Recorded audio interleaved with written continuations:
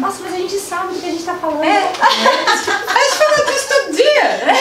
Isso que eu falo assim, é uma sensação de segurança, porque a gente tá falando do que a gente sabe. Gostoso perceber como o assunto flui, né? Sim.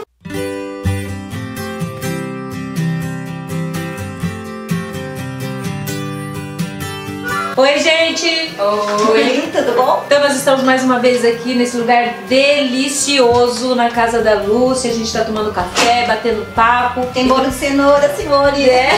Nós vamos trazer hoje uma pauta aqui de um assunto muito importante. É sobre Prolabore, distribuição de lucros, ou seja, rendimentos dos empresários. Como é que a sua empresa remunera você? Como é que a sua empresa paga você? É importante que você entenda fazer isso, porque é comum essa confusão patrimonial que a gente chama quando o empresário não sabe como gastar e pega todo o dinheiro da empresa dele. Nós vamos começar falando sobre isso com a Lúcia, que vai falar conosco sobre retirada de Prolabore, não é isso, Lúcia? Isso mesmo. O Prolabore, gente, ele é a remuneração do sócio. O fisco entende, a Receita, todas as entidades, na verdade, né? Todo mundo que trabalha tem direito a uma remuneração. Assim como o empregado tem o direito à remuneração, que não pode ser menor que um salário mínimo, tem o federal, tem o estadual, mas tem essa legislação. A mesma coisa acontece com o sócio. Então você tem, assim como você também tem sua empresa, e você que está nos assistindo também tem uma empresa, você tem uma remuneração, uma retirada. Você tem dois tipos de retirada, uma que é a retirada de lucros e a outra que é o Prolabore, que seria o equivalente ao seu salário. É muito comum que essa retirada seja feita em cima do salário mínimo. Por quê? Porque nessa retirada do sócio, você é obrigado a fazer o desconto do INSS.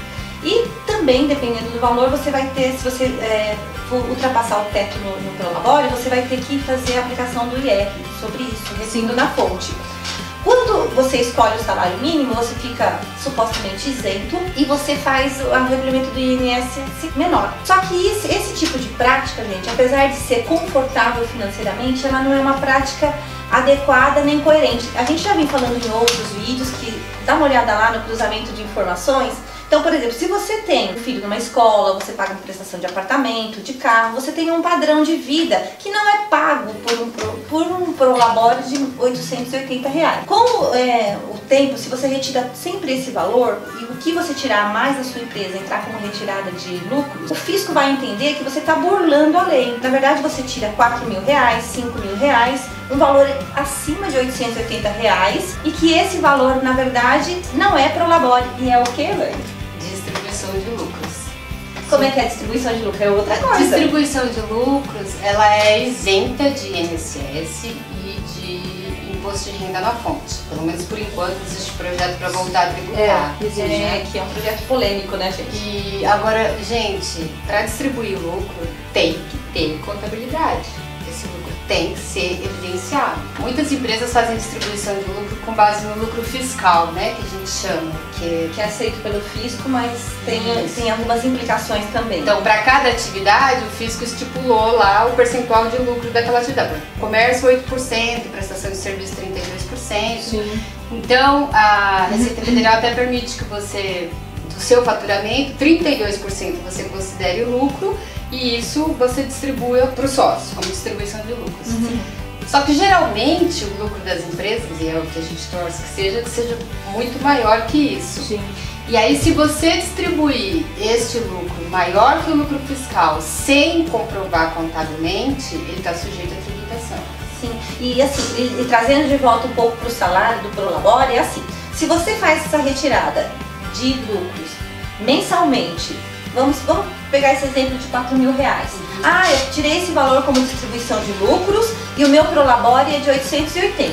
Então você vai ter mais ou menos o valor de R$5.000, tá? Vamos supor. Dentro desse valor de R$5.000, se chegar ao final do ano sua empresa não deu esse lucro, ou se você retirou esse valor seguidamente, todo o tempo, e não bate, o fisco pode entender que você está burlando e ele pode tributar essa sua retirada como retirada de pessoa física.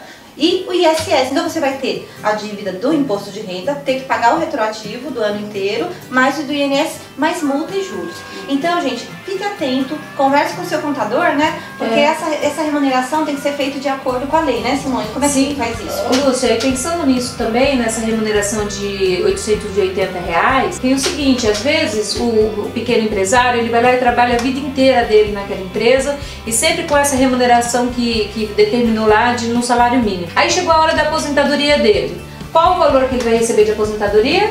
880, salário mínimo. Aí ele fala assim, mas ninguém me falou, a contabilidade não me disse, se eu soubesse que era assim, eu teria corrigido o valor no meio.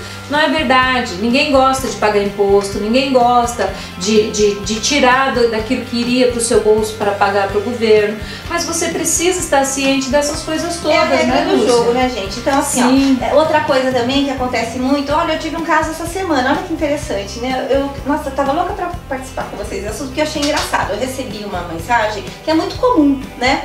Eu recebi uma mensagem de uma pessoa me perguntando, você pode criar renda para mim? Porque eu tenho que financiar um apartamento. Vocês já ouviram isso? Já, então, bastante. Se você puder, olha, Lúcia, então eu preciso de um contador porque eu preciso financiar renda. E o banco me pediu, né, Decor, né, Prolabore e o livro caixa. Enfim, e o que significa isso, Elaine?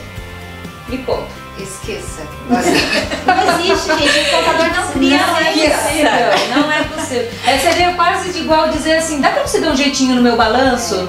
Que eu preciso apresentar no banco? O contador não pode fazer isso. O Decore é a comprovação oficial e o único profissional que pode assinar o Decore é o contador. Só que ele tem que declarar a renda do empresário, do profissional liberal, com base em documentos. Então o contador não tem como inventar uma renda. Ele pode atestar que você recebe aquele valor. Nesse caso de pergunta, assim, quando a pessoa fala, você pode criar renda, o que o seu contador pode fazer? E eu respondi para essa pessoa, sim, eu posso criar uma renda para você. Então é o seguinte, se você precisa de renda em 2015, eu vou fazer um recolhimento do INSS para você, tá? Em cima de um Prolabore, você vai ter que pagar isso retroativo com multa e juros, mas a pessoa não quer. E aí eu vou retificar seu imposto de renda, porque você vai ter uma coerência de informação. Gente, esse assunto pode parecer um pouco longo, mas é muito importante.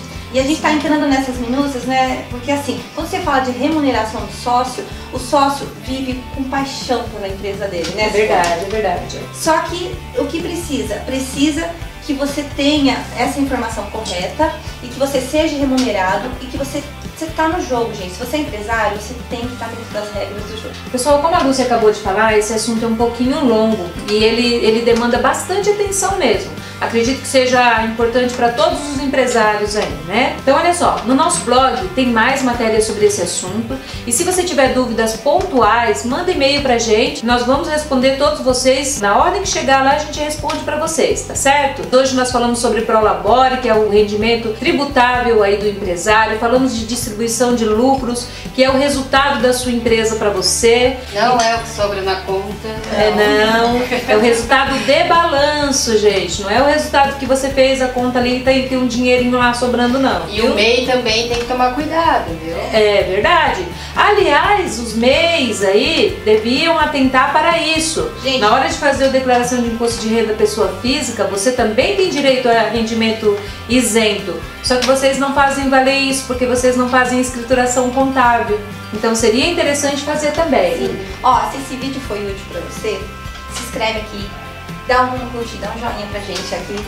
Acompanha a gente, vai ter sempre esses temas que são do seu interesse. Manda os e-mails, assiste os outros programas, vê os anteriores, gente. Nós vamos estar aqui, a gente adora fazer isso. O que a gente mais gosta é sentar pra bater papo de assunto de empresário, tá? É isso mesmo. Um beijo, Beijo, até a próxima. Tchau.